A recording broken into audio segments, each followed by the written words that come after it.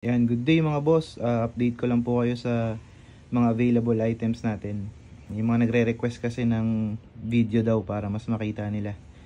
Yan, so meron tayong 3 pieces pa ng hunting knife natin. 7 inches yung blade length nya. Yan, yung kapal.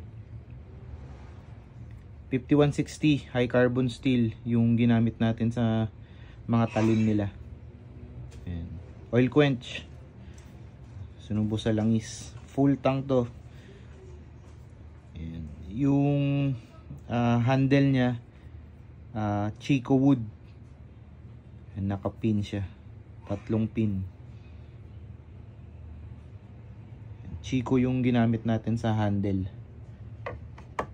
Ayan, ito yung kaluban nya, mahogany yung kaluban, may belt loop siya. Meron pa tayong 3 pieces ata nitong hunting knife natin. Ayan, available yan. Tapos Tinegre inspired, meron pa tayong 3 pieces din ito. 16 inches yung blade length nya. Ayan, 5160 din. Oil quench, stainless yung handguard tsaka ferrule. Ayan, nakapin yung tang nya, narrowing tang. Yung handle nya kamagong, solid kamagong yung handle nyan. Meron pa tayong 3 pieces nito, Tinegre inspired. Tapos ito yung pinakamahaba natin, Pinuti inspired. 19.5 inches yung blade length nya. Almost 20 inches na siya, pinakamahaba natin ngayon. Yan. Yung handguard nya brass, yung kapal, solid brass. Ferrule nya stainless. Yung handle nya is kamagong, nakapin yung tang nya, yung kapal nya. Oil quench, lahat po yan oil quench. Pare-pares lang ng bakal na ginamit, 5160 high carbon steel. Yan. Meron pa tayong 5 pieces nito mga boss.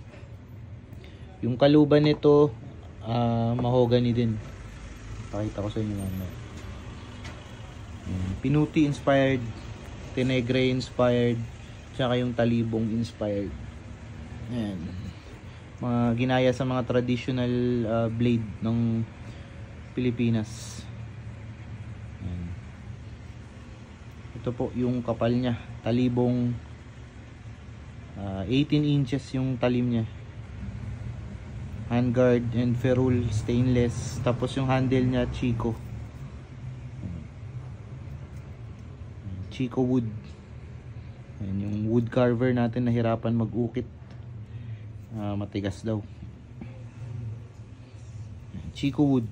Ayan, yung kapal, 18 inches yung blade length nya.